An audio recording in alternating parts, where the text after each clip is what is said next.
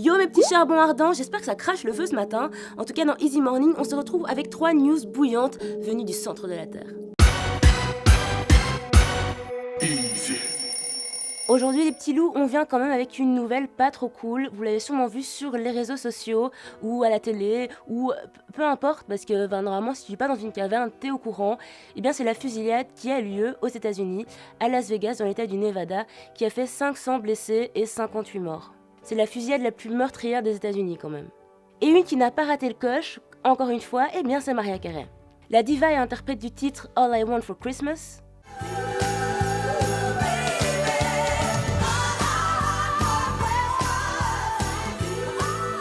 était interviewée par l'émission Good Morning Britain. Sachant que Mariah Carey avait passé une partie de l'année 2016 à être résidente à Las Vegas, eh bien il a paru logique au présentateur de lui demander son avis sur la fusillade. Ce qui a choqué de nombreux téléspectateurs, eh bien c'est la posture de la diva.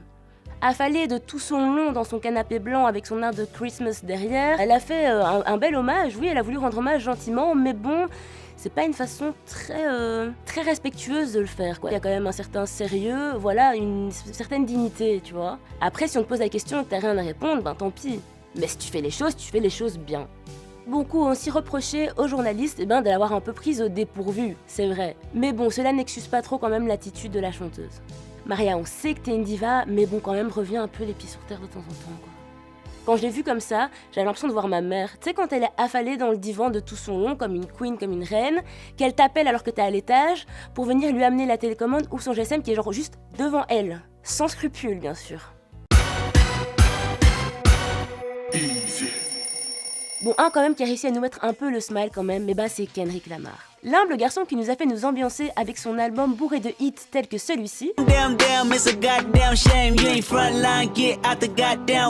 a annoncé hier le début de sa tournée européenne aux côtés de qui James Blake. Le Dream Tour débarquera à Anvers au Sport Palace le 27 février en calme. Et vu le talent bien reconnu du gars pour le show, son talent pour la scène, eh bien ça vaut le prix des tickets. Et franchement c'est encore raisonnable. Le prix le plus bas va de 41 € jusqu'à 85 € pour le plus cher. Et les gars, si vous voulez le ticket d'or, le package, eh bien ça monte environ à 480,50 € pour le plus cher, je précise quand même. Mais bon, cela vous donne droit à une rencontre avec l'artiste quand même, avec une possibilité de photo. C'est Kendrick, quoi. Ouais. Vous aurez aussi droit à des merchandising, du merch, des goodies, comme on dit, avec un sac et une casquette en édition limitée.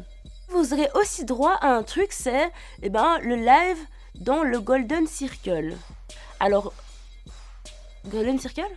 Genre, c'est vraiment un cercle doré d'où tu regardes le concert ou que quelqu'un m'éclaire. Ne vous inquiétez pas, parce que moi j'étais checké direct, je me suis dit j'ai pas donné une news, s'il n'y a pas possibilité, j'ai pas donné la bave aux lèvres alors qu'on peut pas se permettre. Mais en tout cas, les tickets ne sont pas encore mis en vente, restez à l'affût. Pour la troisième news, vu qu'on est mercredi, c'est la sortie ciné. On vient avec l'incontournable, je suppose que vous savez de quoi on va parler quand même. Eh bien c'est Blade Runner 2049. Parce que oui, on a tous subi cette promotion sur YouTube, sur Facebook, à la télé, partout. On a tous cru qu'il était sorti. Tu sais, quand t'as un truc qui est tout le temps là, et tu crois que c'est sorti mais ça sort jamais, tu vois. Et ça dure pendant genre 1 an. J'ai arrêté de palabre la palabre, bref, on en vient au fait. À la base, Blade Runner, c'est un film sorti en 1982. Je vous fais un peu le pitch de base. En gros, à la fin du XXe siècle, les hommes et les femmes essaient de quitter les grosses mégalopoles, les grosses villes bien crado pour aller plutôt sur l'espace. Et arrivés là, ils ont la bonne idée, comme toujours la race humaine, de créer des esclaves, des réplicants. C'est des sortes de robots et on peut pas vraiment se rendre compte s'ils sont humains ou pas tellement c'est bien fait. Mais un jour, un groupe de réplicants décide de se rebeller et tue des humains. C'est là qu'Harrison Ford, Han Solo, entre en scène. L'agent, le Blade Runner de la LAPD, a pour mission de les éliminer, mais on appelle plutôt ça un retrait pour faire joli. Maintenant, c'est là que Ryan Gosling rentre en jeu.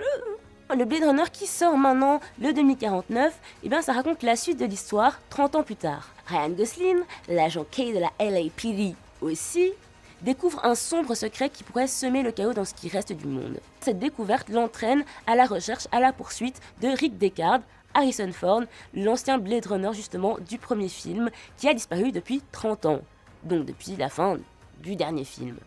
Pour que ce soit plus simple, parce que je sais que c'est un peu compliqué, je vous encourage à d'abord aller voir le premier en streaming ou en DVD, c'est mieux, mais on dira rien. Regardez-le en calme aujourd'hui parce que de toute manière, les premiers jours de film c'est toujours bourré à craquer, donc on n'a pas la place qu'on veut. Et moi je peux pas regarder un film si je suis pas au centre, tu vois. Si je suis sur le siège décalé comme ça, non, je peux pas, ça me perturbe. Voilà, moi ça me perturbe, bref. Tu te réserves le week-end pour aller voir le film tranquillement, avec ta pinko, avec ton pote ou tout seul, comme je fais souvent aussi. Par choix, par choix.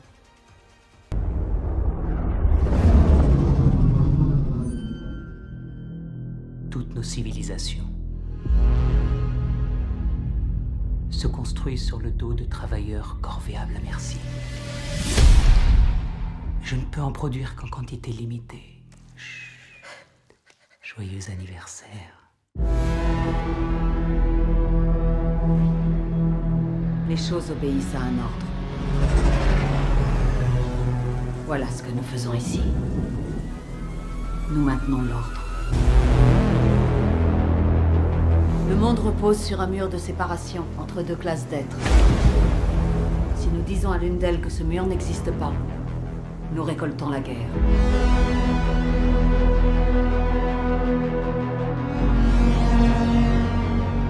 Tu es flic. J'ai occupé ton poste dans le temps. Et j'étais doué.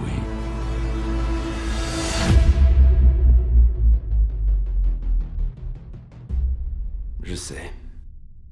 Qu'est-ce que tu veux? Vous posez 2 ou 3 questions.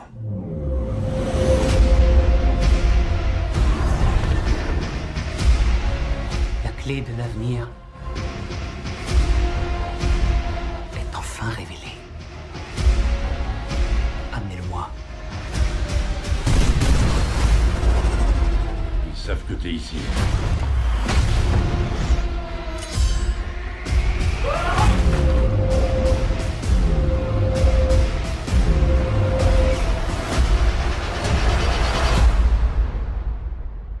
Je te le dis depuis toujours, tu es exceptionnel. Ton histoire n'est pas terminée. Il reste une page.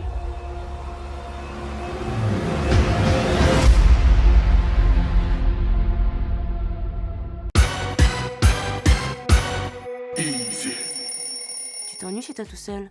Ton abonnement Netflix, eh ben, il est terminé et t'as déjà assez gratté à tes potes et c'est toi qui dois le payer maintenant. T'es aux toilettes, tu fais la grosse commission et t'as pas pris tes mots croisés ou le ciné télé-revue. T'as pas reçu le vlan aujourd'hui. Une solution.